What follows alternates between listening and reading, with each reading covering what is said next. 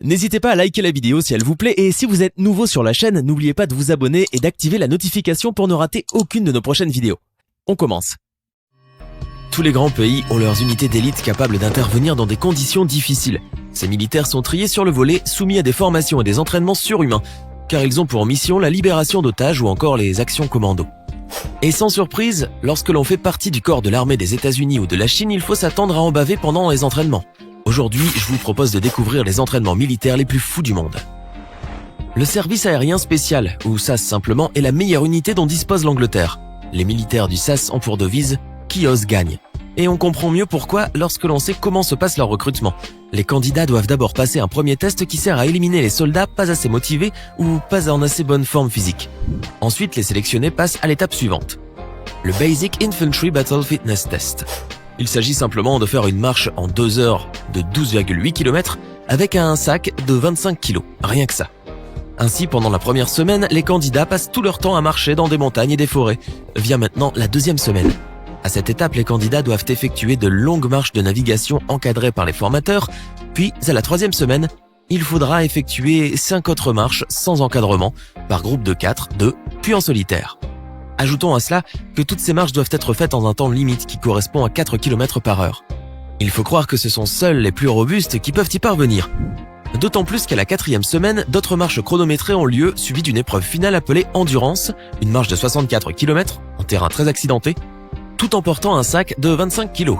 Les rares personnes qui réussissent à passer cette étape cauchemardesque suivront un deuxième programme encore plus atroce et encore plus invivable, comme passer un séjour dans la jungle par exemple.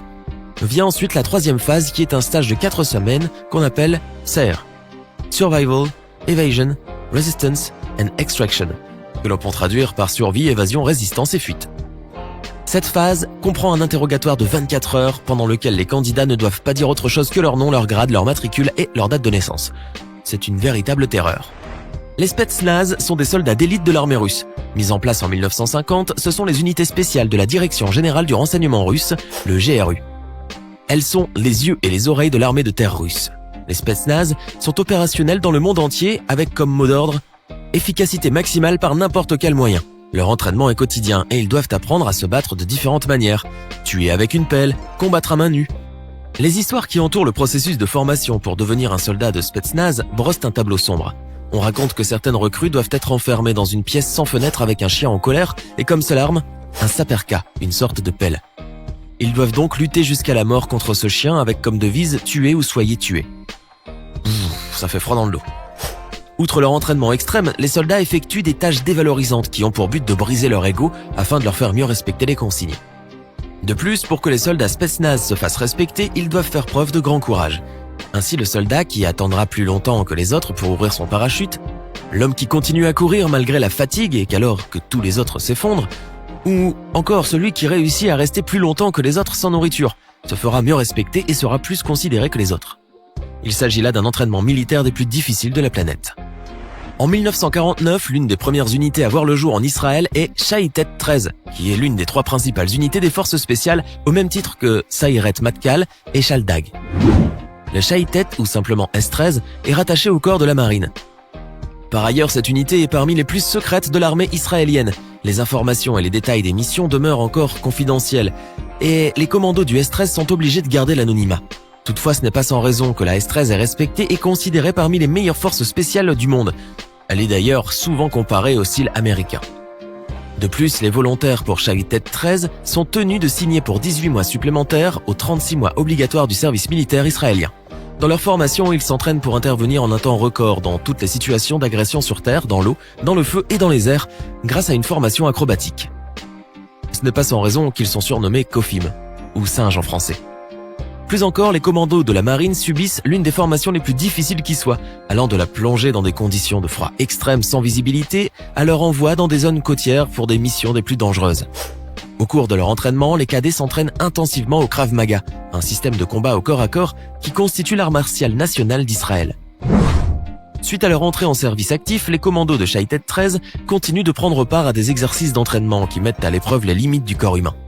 Néanmoins, la S-13 prévoit un personnel disponible à tout moment pour offrir des soins médicaux d'urgence en cas d'accident. Et ce, même en ce qui concerne le stress post-traumatique, ce qui arrive fréquemment. L'Armée populaire de libération, APL de la Chine, a été fondée en 1927. Il s'agit là de la plus grande armée au monde en termes d'effectifs. Ainsi, l'APL a développé un moyen particulièrement pratique pour former ses soldats des unités d'élite. Ils doivent franchir un parcours d'obstacles de 17 comprenant la nage, l'escalade, le saut à travers des objets enflammés, etc. De cette manière, il est certain, les soldats seront assez robustes pour mener à bien leur mission. Seulement, ce n'est pas tout, ils ont également à effectuer des exercices très dangereux. Outre le fait d'apprendre à tirer sur des cibles, à pratiquer les arts martiaux ou les grands sauts, les soldats de l'APL pratiquent aussi très fréquemment un jeu que l'on appelle communément celui de la patate chaude.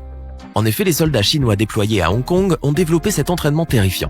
Les soldats se refilent une patate chaude, sauf que cette patate est en réalité une grenade dégoupillée. Quand la mèche arrive au bout, le dernier soldat à la tenir la jette dans un fossé et les autres se couchent au sol et en se recouvrant la tête. C'est vraiment terrifiant, n'est-ce pas ?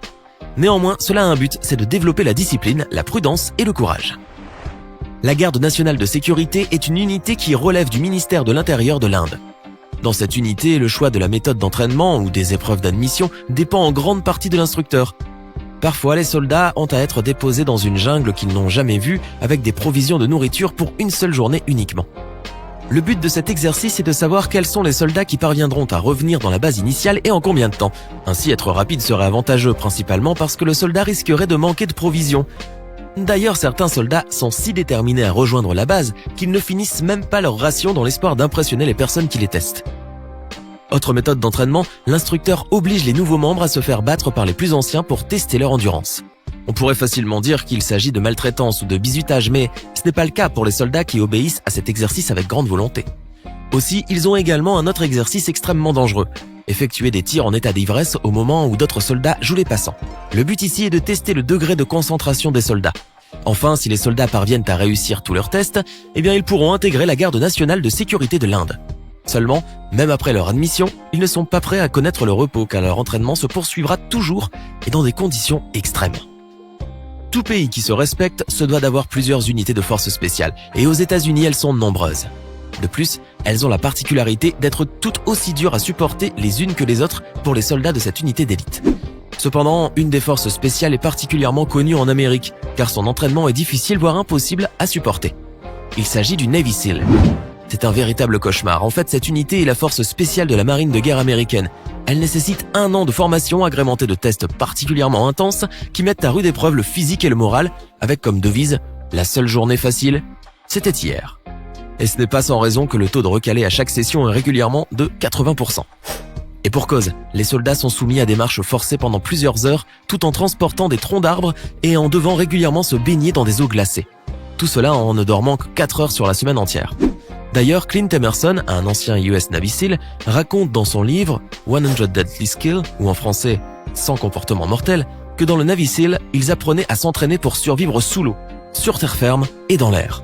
Et le plus surprenant est certainement la technique de survie dans l'eau. Imaginez un peu, il faut descendre dans une piscine, souvent glacée, avec les mains liées dans le dos et les pieds attachés. Ensuite, il faut se débrouiller pour remonter à la surface.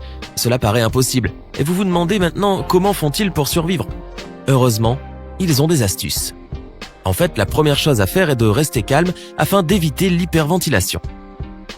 Ainsi, en gardant le sang-froid, vous pouvez maîtriser votre respiration. Et avec suffisamment d'oxygène dans les poumons, le corps humain arrive à flotter facilement. Rejoindre la terre ferme devient ainsi plus facile. Aussi, Clint explique également les techniques de survie si par malheur un militaire devait se noyer. Si cela arrivait, ils devraient, s'ils se trouvent dans une eau peu profonde, tout simplement se laisser couler, et quand leurs pieds toucheront le fond, ils feront ensuite un bond pour remonter à la surface. Mais si l'eau est trop profonde, alors ils n'auront pour solution que de se replier sur eux-mêmes sur le ventre, puis se déplier tout en levant leur tête pour respirer. Et si enfin ils se retrouvent dans une mer agitée, la meilleure solution consiste à nager sur le dos. D'autre part, si entrer dans le Navy SEAL est extrêmement dur, les autres forces spéciales américaines ne proposent rien de moindre. Bien au contraire. Dites-nous dans les commentaires si vous voulez une vidéo entièrement consacrée aux entraînements militaires des Américains. Maintenant, à votre tour de nous dire en commentaire lequel de ces entraînements militaires vous semble le plus fou du monde.